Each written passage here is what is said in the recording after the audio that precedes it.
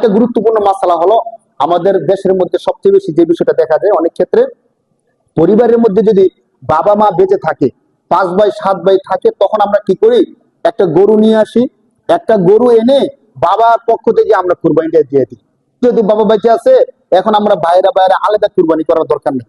অনেকে এমন বলে আর কি, যে বাবা যতদিন থাকে বা মা যতদিন থাকে ততদিন আমাদের আলাদা কুরবানি করার দরকার নাই। বাবার পক্ষ থেকে একটা কুরবানি, একটা গরু আমরা কি দিয়ে দিলাম, কুরবানি দিয়ে দিলাম। গরু দিলেন, বকরি দিলেন, যাই দিলেন, দিয়ে দিলেন। কিন্তু সমস্যাটা কি হয় জানেন, যখন অবস্থাটা এমন হয়ে যায় যে আমরা বাইরা বড় হয়ে গেছি, বাবা বৃদ্ধ হয়ে গেছে, তখন কিন্তু বাবার আর ব্যক্তিগত মালিকানা সম্পদ থাকে না বেশি। মানে নগদ টাকা 2 লাখ 3 লাখ টাকা বাবার থাকে, সাধারণত থাকে না, থাকলে তো ভিন্ন কথা। তো এই ক্ষেত্রে অনেক সময় হয় এমন যে বাবার ব্যক্তিগত টাকা না থাকার কারণে বাবা কুরবানি ওয়াজিব না, বাবার উপর কুরবানি কি না, ওয়াজিব না। আর আমরা 5 ভাই 6 ভাই 3 ভাই 4 বার আমাদের ব্যক্তিগত টাকা ব্যাংকে, ব্যাংক ব্যালেন্স বা স্বর্ণ গয়না থাকার কারণে আমাদের উপর কুরবানি কি ওয়াজিব। এখন কি হয়েছে, আমাদের উপর কুরবানি ওয়াজিব, আমাদের পক্ষ থেকে আমরা কুরবানি করলাম না। আমাদের বাবার উপর কুরবানি ওয়াজিব না, ধরেন নফল করলে নফল সওয়াব পাইবো, আমরা বাবার পক্ষ থেকে কি করে দিলাম, কুরবানি করে দিলাম। তখন নফল কাজ করলাম, কিন্তু ওয়াজিব কাজটা কি বাদ দিয়ে দিলাম। আমরা ঠিকই গুনাহগার থেকে গেলাম, বাবার একটু সওয়াব বেশি দিয়ে দিলাম। বিষয়টা শরীয়ত বলে না। শরীয়ত বলে বাবার নামে, বাবার পক্ষ থেকে করতে চাইলে করেন, বাবার সওয়াব বেশি দিতে চাইলে দেন।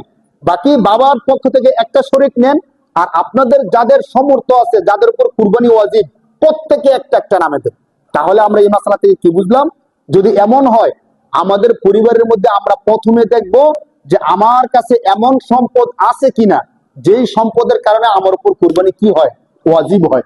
যদি থাকে, নেশাব পরিমাণ মালের মালিক হওয়ার পরে 1,80,000 অথবা 1,90,000 টাকা, অথবা এই সমপরিমাণ স্বর্ণ রূপা, অথবা এই সমপরিমাণ ব্যবসায়িক মাল, অথবা প্রয়োজন অতিরিক্ত যে কোনো সম্পদ, যে সম্পদের মূল্য কত হতে পারে বলেন, 1,80,000 প্লাস বা 90, এমন যদি হয়, তাহলে আমি নেশাব পরিমাণ মালের মালিক, আমার উপর কুরবানি করা কি ওয়াজিব।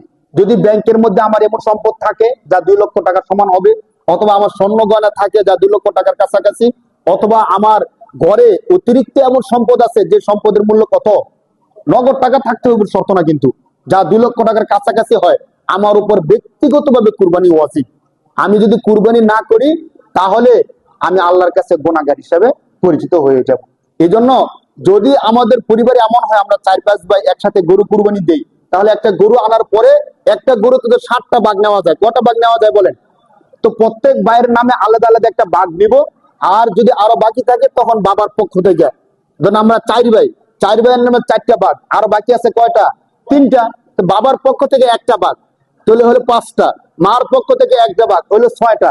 আরেকটা ভাগ বাকি থেকে যায়, আরেকটা ভাগ আমরা নবীজির পক্ষ থেকে দিয়ে দিতে পারি, অথবা আমার আত্মীয় নানা নানি দাদা দাদি তাদের পক্ষ থেকে একটা ভাগ দিয়ে দিতে পারি। 7টা ভাগকে আমরা এইভাবে দিতে পারি। কিন্তু যদি সবার পক্ষ থেকে একটা ভাগ দিয়ে দিলাম, এটা তখন জায়েজ হবে যখন কারো উপর কুরবানি ওয়াজিব না। আমাদের কুরবানি ওয়াজিব না, এরপর আমরা চাইতেছি দিতাম, তখন আমরা সবাই মিলে টাকা দিয়া বাবার পক্ষ থেকে দিয়ে দিলাম, তখন আমাদের কুরবানিটা কি হবে, সমস্যা হবে না, চলবে।